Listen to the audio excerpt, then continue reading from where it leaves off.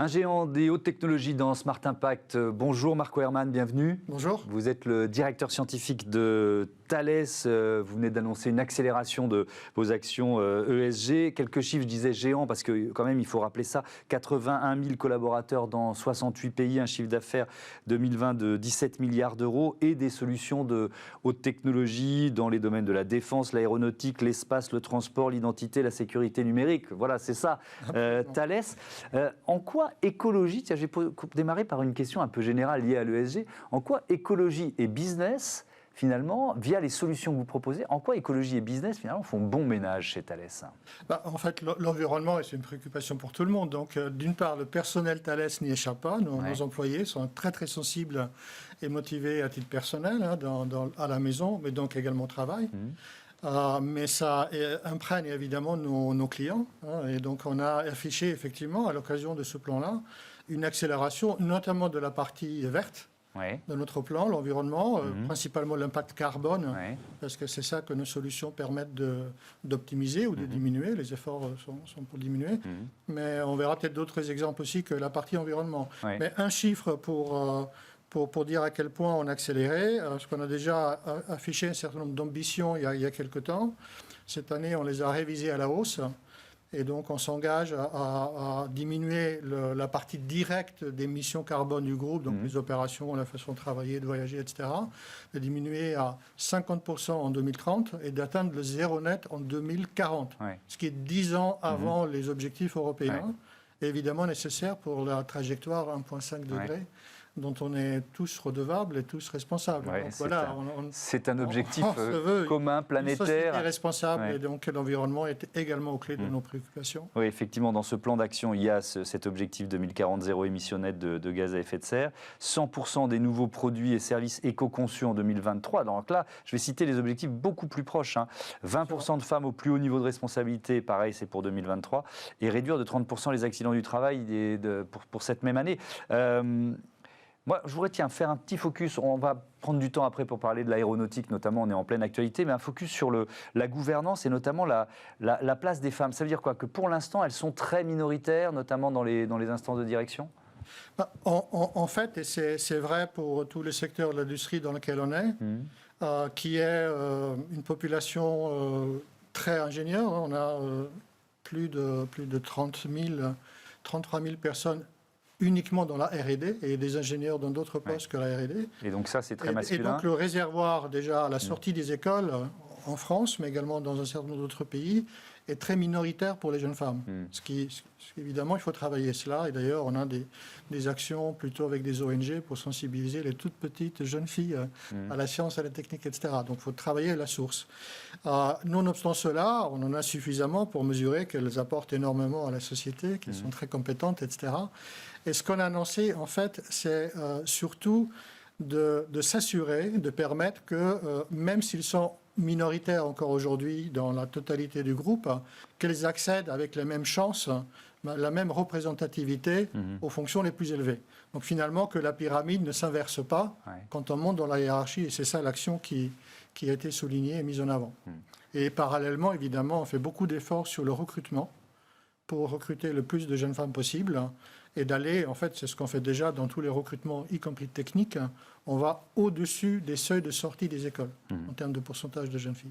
Alors, je voudrais vraiment qu'on fasse un focus sur ce qui est l'actualité, c'est-à-dire cet objectif général de l'aérien qui a été annoncé cette semaine lors de l'Assemblée générale de l'Association internationale du transport aérien à Boston.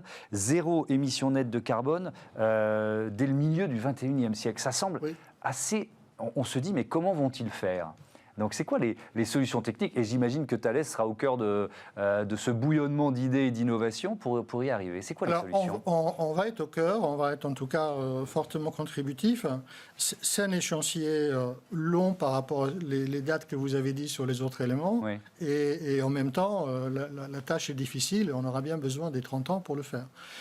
Ça ne part pas de zéro quelque part, parce que l'Organisation internationale du transport aérien, depuis 2005, en fait, se préoccupe des problèmes de pollution induite par les avions. Et il y a eu déjà un engagement de diminuer en chiffre absolu par rapport à la référence 2005, de moitié les émissions carbone de l'aviation en 2050. Et là, effectivement, on dit c'est pas 50, il n'y en a plus du tout. Ouais. Mais ça passe par quoi? Par une mutation technologique? Ça passe par beaucoup de choses. Ça passe en partie aussi par des éléments qu'en France, on a déjà annoncés dans le plan de relance. Vous savez, l'avion vert, hydrogène, etc. Oui. Donc évidemment, ça va passer par d'autres types d'avions. Ça va passer par un changement d'infrastructure, la logistique, parce que les carburants ne sont pas les mêmes, etc. Donc il y a toute une chaîne de valeur, notamment si on regarde l'hydrogène, mais également les biocarburants qui va changer. La forme, l'aérodynamique des avions va être touchée, mais il y a aussi des actions court terme. Et c'est là-dessus, de nouveau, que Thales essaie d'exercer son portfolio de produits. Alors on peut donner des exemples? On va donner des exemples, effectivement. On pense qu'on peut réduire d'à peu près 15% l'empreinte carbone à travers les opérations. Alors les opérations, c'est le fait de voler, ce qui fait voler l'avion, la conduite, la gestion du vol quelque part, la gestion des avions au sol, le temps que vous attendez à la porte, etc. Et sur ces 15%, les technologies Thales et notre engagement, ça représente à peu près les 2 tiers.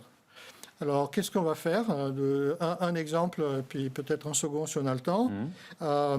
Nous sommes en charge pour un certain nombre d'avions de construire la partie, disons, le cerveau de l'avion, ce qu'on appelle le Flight Management System, le système de gestion du vol, dans la nouvelle génération qui va sortir en 2024. Donc là, on est quand même 26 ans avant la deadline que vous avez rappelée.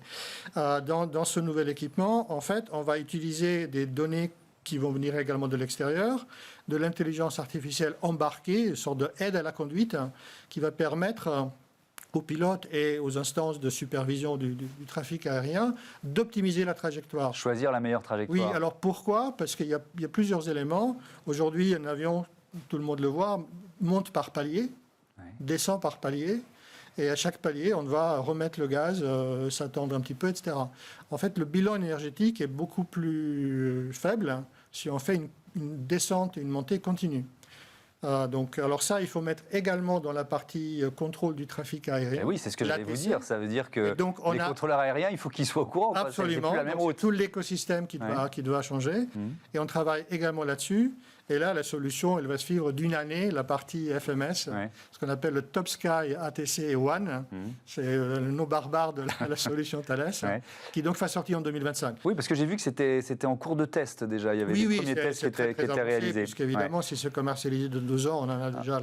Alors ça, c'est un premier exemple. Vous en avez un deuxième? Oui, alors donc ça, c'est vraiment ce qui concerne la partie carbone, parce qu'en fait, ça diminue la consommation.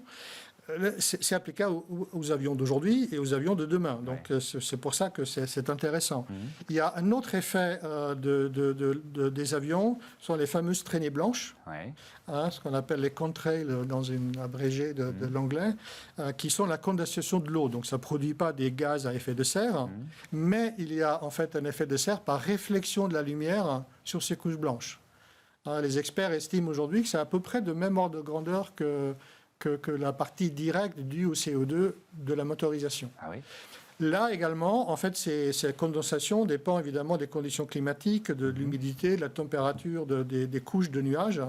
Et de nouveau, en ayant d'abord la modélisation de ces phénomènes, donc on travaille avec des académiques pour modéliser tout ça, la connaissance de où il y a la probabilité pour que ces traînées arrivent, on va pouvoir ajuster l'altitude de vol et éventuellement l'endroit pour également minimiser ou supprimer cette crainte-là. Donc en fait, voilà 10% de ce qui est vraiment inscrit dans la machine elle-même, et puis c'est quelque chose d'additionnel qui risque de persister dans le temps, parce que dès que vous chauffez, vous pouvez avoir de la condensation. Donc ces deux effets, effectivement, qui mettent en place aussi bien ce qui est dans le cockpit que ce qui est à l'extérieur, à terre, et avec des nouvelles technologies numériques que je vous ai citées. Oui, parce que donc ça c'est du court terme, parce que l'hydrogène, les avions du futur, ce sera quoi, des mix hydrogène électrique qu'on peut imaginer je pense qu'il y a plein d'options. Disons, l'hydrogène est un objectif final qui nécessite aussi de produire de l'hydrogène vert. Bien sûr. Donc le verdissement de l'électricité. Donc c'est pour ça qu'il y a toute une chaîne. La France est très fortement positionné sur le sujet, avec l'Allemagne d'ailleurs, sur toute la filière dite hydrogène, pour d'autres modalités de transport, le train, etc. Donc c'est un effort qui n'est pas isolé à l'aéronautique, et les motoristes qui pourrait mieux vous parler que moi de l'impact sur le moteur, sont également, disons, dans les starting blocks pour utiliser ça. Les gros points, ce seront sans doute plus la logistique, la production déjà de l'hydrogène vert. Puis après, il y a d'autres points à regarder, la masse qu'il faut embarquer, la sécurité, etc. Ouais. Merci beaucoup. Merci Marco Herrmann d'être venu présenter ce plan d'action ESG de Thales et notamment en matière d'aéronautique. Notre débat tout de suite sur la communication responsable.